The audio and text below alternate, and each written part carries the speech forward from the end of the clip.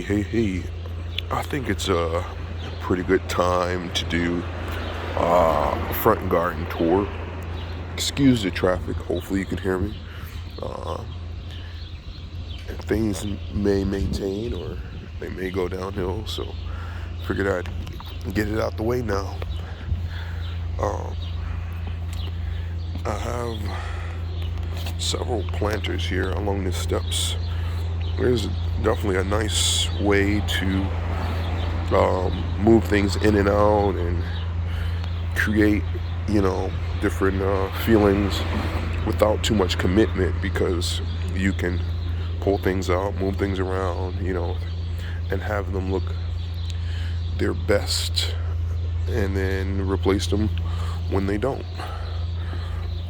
Have these white uh, peonies here. No, yeah, peonies here. It was a plug of, the six pack, and I just stuck one here, and I think that'll be nice here. Have this metal leaf and some fiberglass and some sedum, different types of sedum here, and I also planted some peonies. So hopefully they come up, and the flowers on the peonies should reflect nicely with these caramel heuchera, which I love. It just, reminds me of fall time, and it hasn't skipped a beat. I planted it a week ago, and I picked it up in Maryland on my little spring break, and I just really like the tonal quality of the orange all the way up to burgundy. It's just really nice. Again, I stuck another one of those peonies just right here. Just wanted out of the six pack. It has some sedum up here, and these are things that can be left alone, and you don't really have to worry about them. I could pull those peonies out whenever they stop forming. Once the weather gets much warmer, everything else will just keep going. If the caramel color heuchera suffers in the summer sun, then I can always just move this pot, like I said, and put it somewhere else, and then bring it back in the fall time and put something else here. Maybe something with a sun-loving coleus. In this pot, which has a tomato cage flipped upside down, I don't know. It keeps the cats out of it, and I don't know. It's just another little textural component.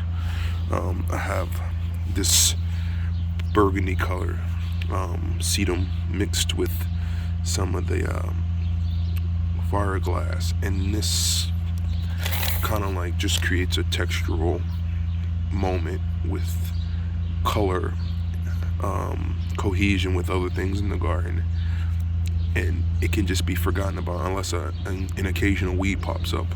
But it just, is an opportunity just to add some color and some texture. I think these are called, I'm not gonna lie, me and names of plants and flowering plants, sometimes I get it right, sometimes I don't. I'm not truly familiar with these. It starts with a V, I believe.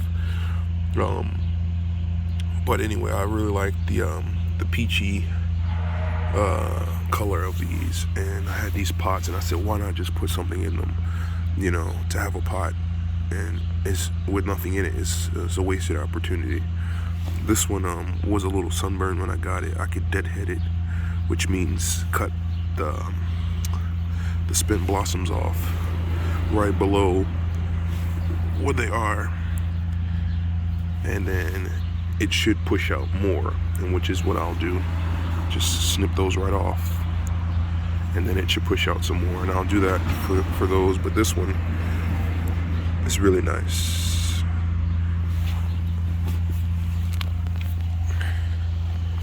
If I come over here, you see I have my evergreen interest, my little topiary sphere here, which provides some nice winter color and structure. and there was a dead space here, so I decided to plop a peony here, which it has this little bit of a microclimate, and it gets a lot of shade, so it should do very nicely here for a while. There's some seeds popping up. Maybe I leave it for now.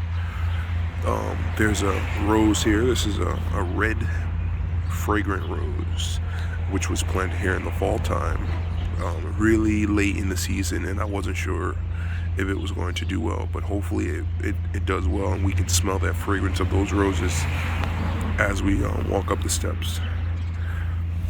This is an Azalea Bush, which I planted last year as well, or maybe it was 2 seasons ago, I don't remember. But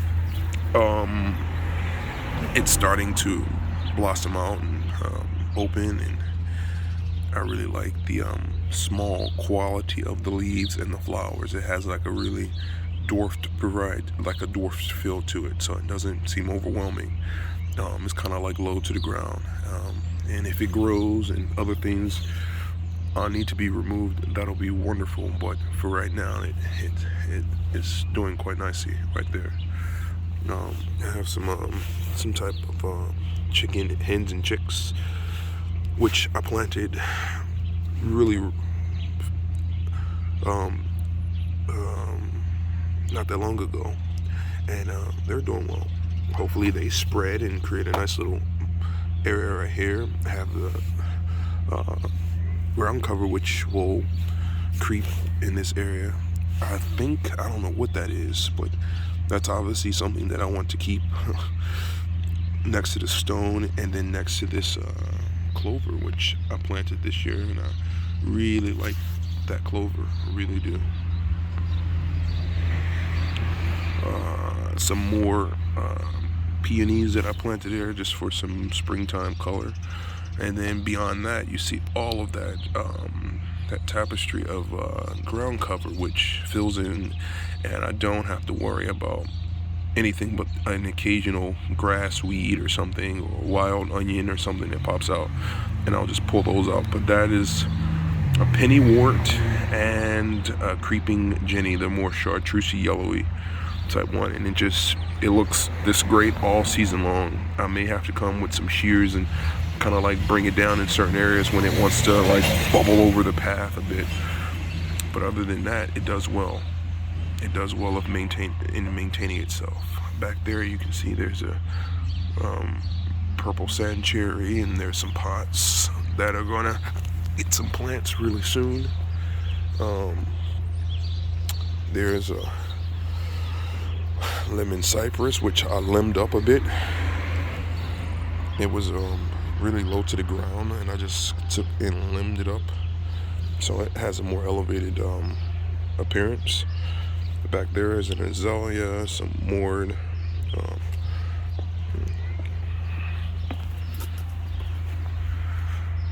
sedum, there's a trailing woolly something or another. It's woolly thyme, I think.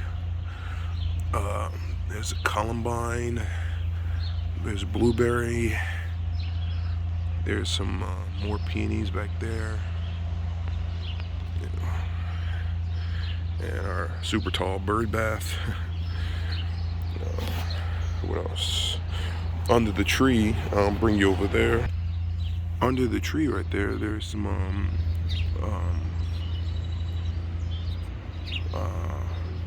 poppy. I'm sure I've been calling it peony. Poppy. Have you heard me say peony and you're like, oh, it's a poppy? That's what I meant. It's a poppy. I planted poppies in several different places, and I've been calling them peony. And it's alright if I'm talking to myself, but other people are probably like, he is mistaken. And you're right. But anyway, some peony here, some occasional trash. That's the thing about living in an urban environment. Just random people throw random little flicks of trash, and they end up in your space, and it makes me mad.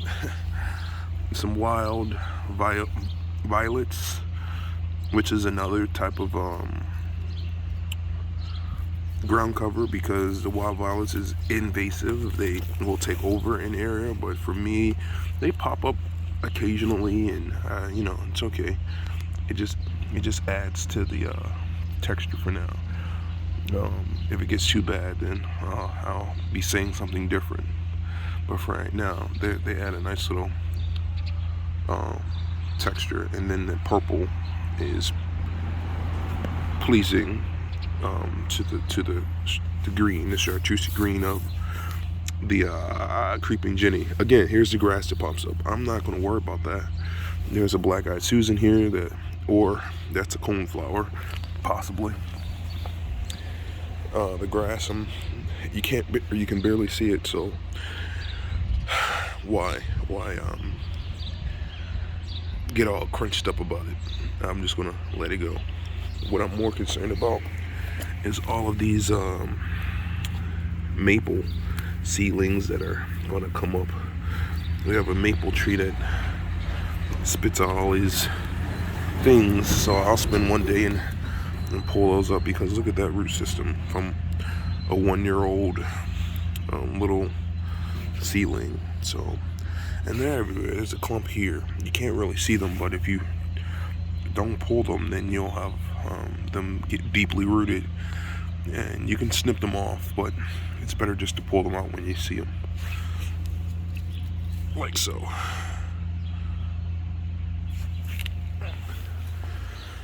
I have this Prince Garvey Lilac, which hopefully that'll grow up and be a nice little screen here for an issue that I won't keep mentioning. And then we have this heuchera, which was really tiny and it's starting to get a little bigger, and I'm loving the color of it. It's really nice. This was a pot I threw in school that broke, so I decided to create like a little gnome type of situation here under this evergreen. So that looks good. Here's the other piece underneath this Pear, which most people don't like that rusty color. I definitely do. The Rose of Sharon here is starting to put on some green, which is nice. I have the Spirea back there, which is putting on some size. My prickly pear cactus in this pot is doing quite nicely. Just a little mess of stuff here. There's some weeds in there that needs to come out, and I will eventually, but I always seem to get thorns in my hand, so I'm gonna stay back for now. And then the thorns of the prickly pear cactus are so fine, they are hard to get out, so I will be cautious with that. This is my topiary Rose of Sharon, which hasn't put any buds or leaves out yet. It could have died. If it has, then I'll just remove this off. It looks like it's getting a lot of moisture, so or maybe I might just cut it down here and then plant something else in its place.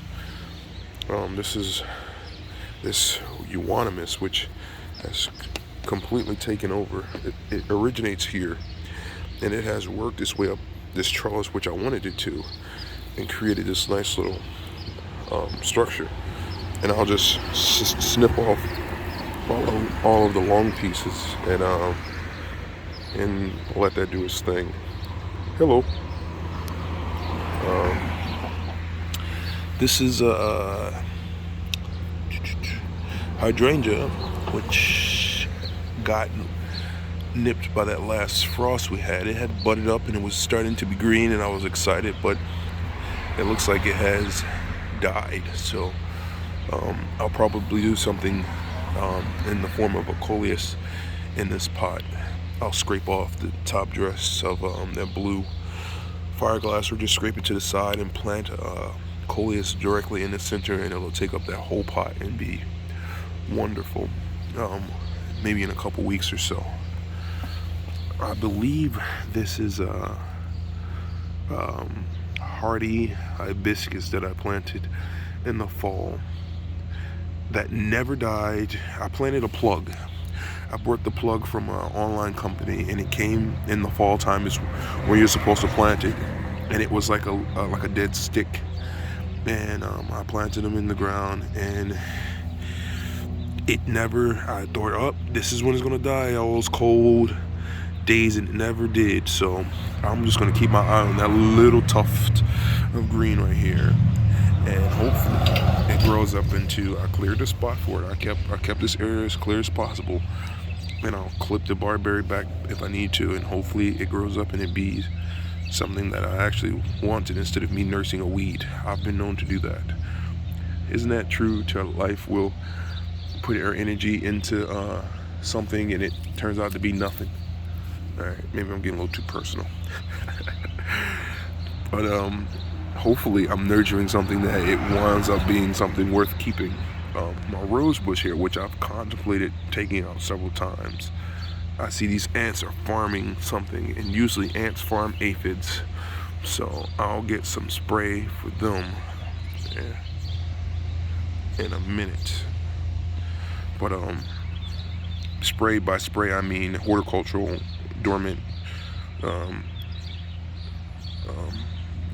bonide horticultural oil is an all seasons oil, and I'll spray for aphids.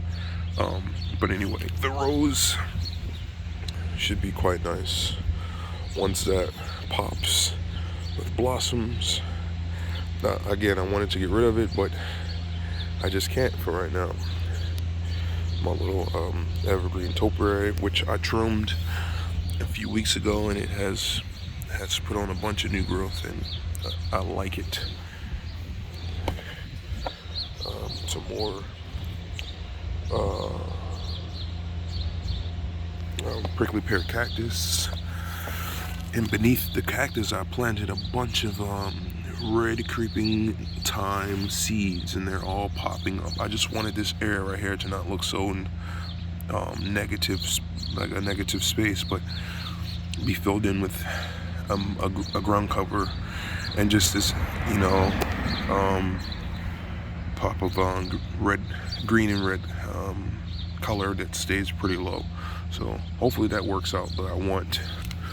And then here's another heuchera, which I could have snipped off the old leaves from last season and let this new growth come down, but it doesn't look too bad.